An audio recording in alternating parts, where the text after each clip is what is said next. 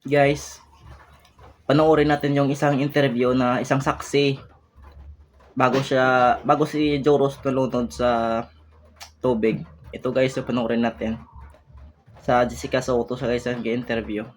Kasi naliligo naman talaga sila at yung mga kasama niya nakatawid na at yung isa nandun na yung humingi na siya so na naliligo sila. Yung abutan ko na lang na pangyayari is yung katawid na sana yung kasama niya na umiyak. Halata naman na ano yung mga bata. Kinakabahan, namumut na tas nanginginig.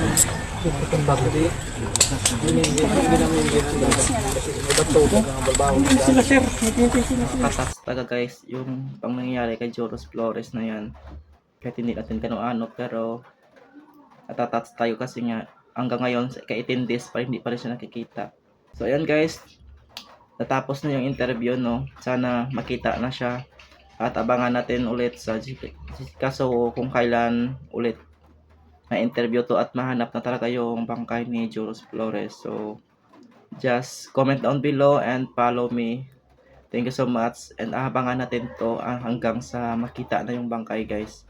I-vlog natin. So not for the content guys kasi nga curious tayo at kung ano talaga nangyari kay Joros Flores. So thank you so much and bye bye.